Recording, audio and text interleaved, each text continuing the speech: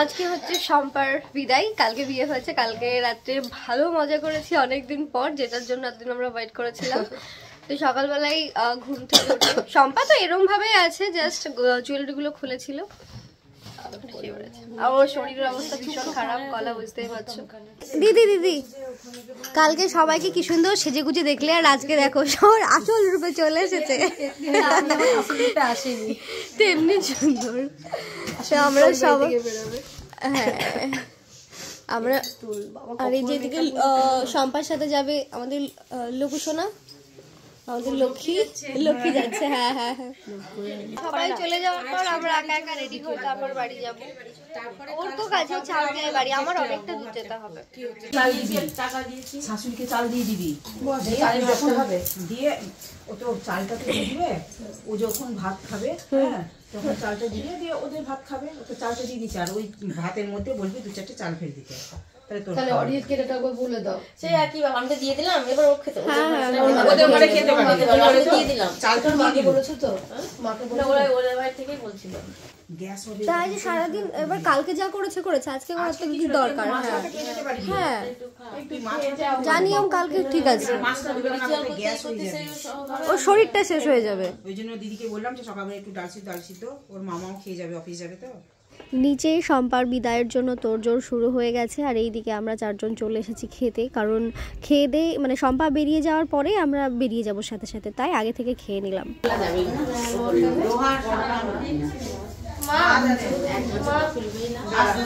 বিয়ের সব থেকে মোস্ট ইমোশনাল পার্ট এখন হতে চলেছে, এটা প্রত্যেক মেয়ের জীবনেই আসে। বিয়েটা যেমন তেমন বিদায় ব্যাপারটা খুব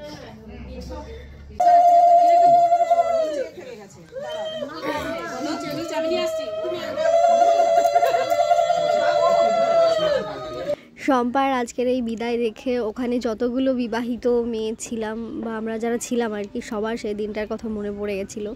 তো সবাই খুব ইমোশনাল হয়ে গেছিলো, সেম আমিও। আমার বিয়ের সময় সত্যি কথা বলতে গেলে মানে বিদায়ের সময় আমি কান্না করিনি ঠিক আছে, কিন্তু তারপরে আমার যে ফিলটা হচ্ছিলো, ইনফ্যাক্ট এখনও যে আমার যে ফিলটা হয় না সেটা সত্যিই বোঝানোর মতো নয়। এখনও যখন আমি বাবার বাড়ি থেকে যখন আমি উলুবেড়িয়ায় যাই, তখন সত্যি ভেতরে একটা অন্যরকম মানে কি বলবো, খুব জোরে কাঁদতে ইচ্ছে করছে, অথচ তুমি কাঁদতে পারছো না, কিন্তু তোমার গলা ব্যথা করছে, বুক ব্যথা করছে। এই যে ফিলটা, সেটা সত্যি বোঝানোর মতো নয়, আর সেটা এখনো আমার হয়। ওই যে আমি বলছিলাম মায়ের কথা মনে পড়ছে, তাই ইয়ে করছে, তখন করছে।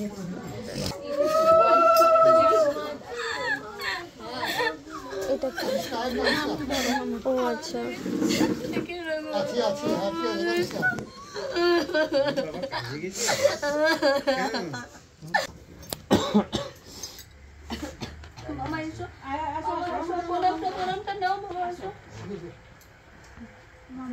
মামাকে প্রণাম করতে হয় না, করতে হয় না, ইয়ে হ্যাঁ করতে হয় না, প্রণাম করতে হয় না।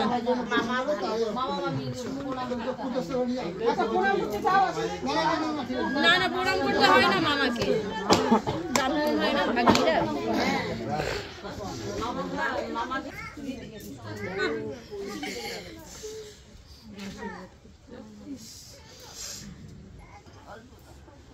তাও আসবে না, ফোন করে বলবে মা খুব সংসারে খিচিবিচি গো, যেতে পারছি না। বাস্তব কথা জানো, খুব খিচিবিচি, মা যাবো যাবো মনে করছি, যেতে পারছি না, খুব চাপে আছে, আমি খুব চাপে আছি। পাড়া আমার ওটা পাড়া আমার চাপে আছে, এটা সেটা নিয়ে মা খুব খিচিবিচি, ওটা পাড়া একটা আছে।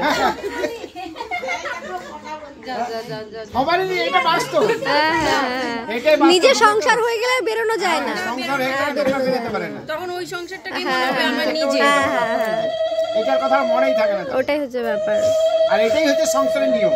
এটাই আমাদেরকে দিয়ে দাও, তাহলে আমরা চেয়ে নিই, আমরা চেয়ে নিই।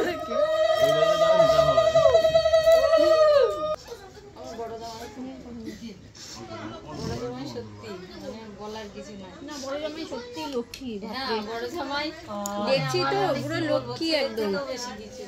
যে এখন আশীর্বাদ করছে সে হচ্ছে এই বাড়ির বড় জামাই, মানে শম্পার জামাইবাবু। আশেপাশের মানুষের মুখ থেকে তো শুনলেই যে এই বাড়ির জামাই মানে জামাইয়ের ব্যাপারে যে কত ভালো।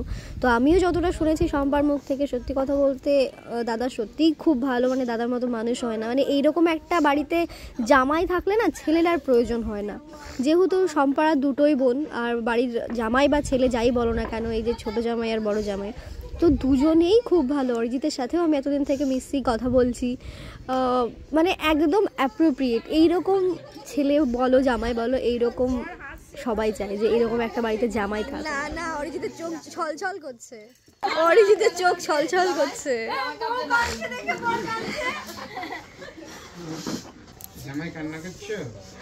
তোমার মেয়েকে যখন নিয়ে যাবো তখন কান্না করো। মেয়েকে দেবই না। এত সুন্দর জামাই পেলে কেউ ছাড়বে বিনা পয়সাতে? ছাড়বে না। মেয়ে জামাই নিয়ে আসবে।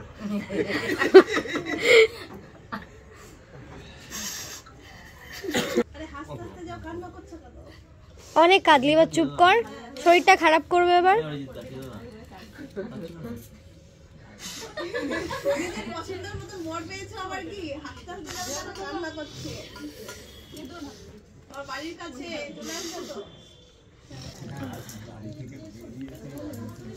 বেশি হতে গেলে আবার কোমরে লাগবে পেটা।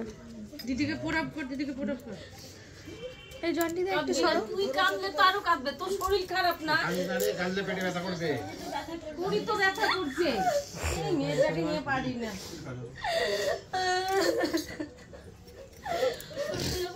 কাঁদিস না, কাঁদিস না।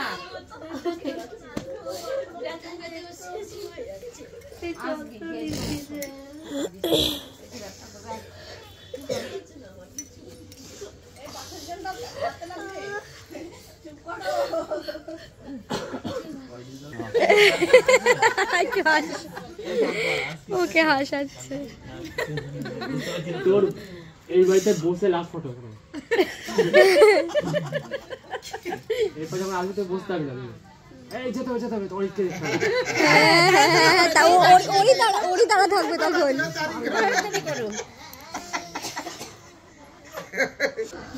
জোরটা ধরিস। এসো। ও কি সুন্দর হাসছে।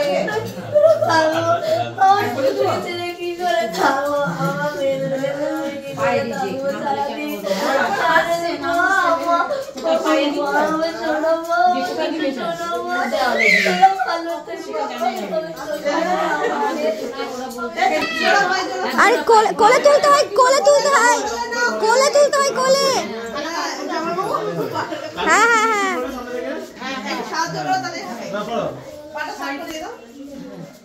চেপে দে, তাহলে হবে। পাটা চেপে দে, তাহলে ছাদ সরিয়ে নিলাম। ঠিক আছে, এই পাখাটা মুছতে হবে, নাহলে স্লিপ করবে না।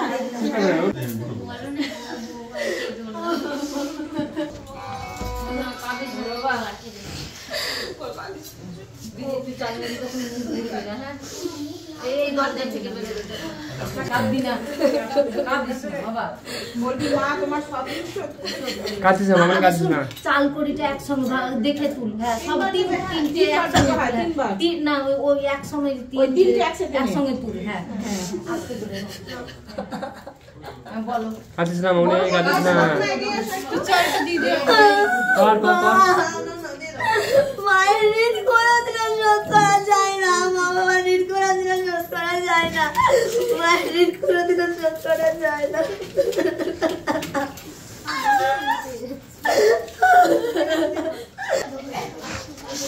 আস্তে আস্তে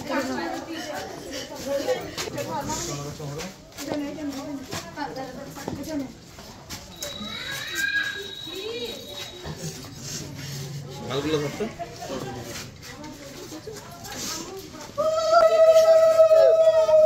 বিমল মিত্রের গল্পকে হার মানিয়ে দিবি তুই? এত খাচ্ছিস কেন?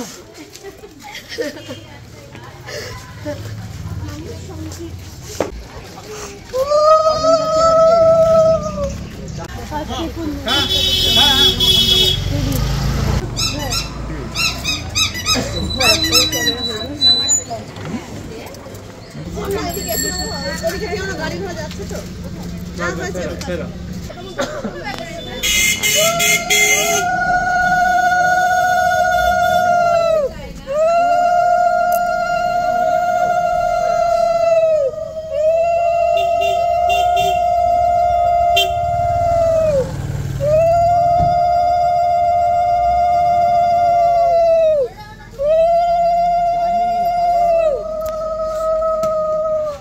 জন্টি ওরা বাড়িতে পৌঁছাবে যখন ফোন করে বলবো হ্যাঁ তখন তো কই পাপিয়া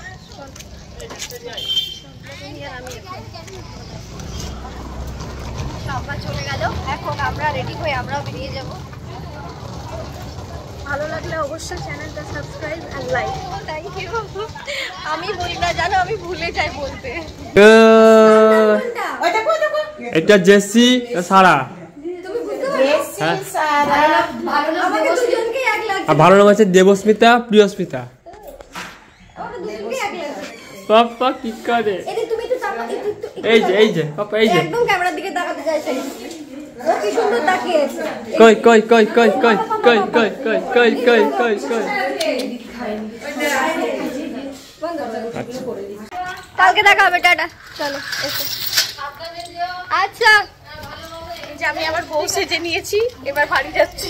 আমি শাড়িটা পরলাম না, আমি এটা পরে যাচ্ছি, কারণ এই শাড়ি পরে না এখন অস্বস্তি লাগবে। আর আমি যে রাত্রে পরার জন্য এই যে আমরা ঢুকেছিলাম, কিন্তু আর একটা জামা যে ঢোকাবো সেটা আমার আর মাথায় ছিল না।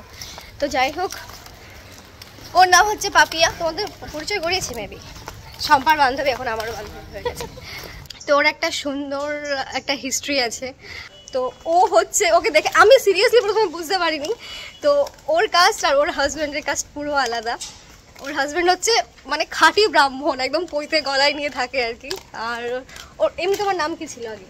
পাপিয়া ইয়াসমিন। আর ওর নাম হচ্ছে পাপিয়া ইয়াসমিন ভট্টাচার্য। এখন ভট্টাচার্য হয়ে গেছে। বরের নাম কি? অর্ক ভট্টাচার্য। আচ্ছা, ওর বরের নাম হচ্ছে অর্ক ভট্টাচার্য, ওর নাম হচ্ছে পাপিয়া ইয়াসমিন, হয়তো বুঝে গেছো। তো ওদের বিয়েটা এত ধুমধাম করে হয়েছে, ইনফ্যাক্ট দুই বাড়ি থেকে ধুমধাম করে হয়েছে। তো seriously she is very lucky, এটা সবার কপালে থাকে না। তো ওর সাথে অনেক গল্প হয়েছে, আরও অনেক গল্প করবো। এইটুকু রাস্তা যেতে যেতে আমি আরও এখন বাস স্ট্যান্ড যাবো। টাটা।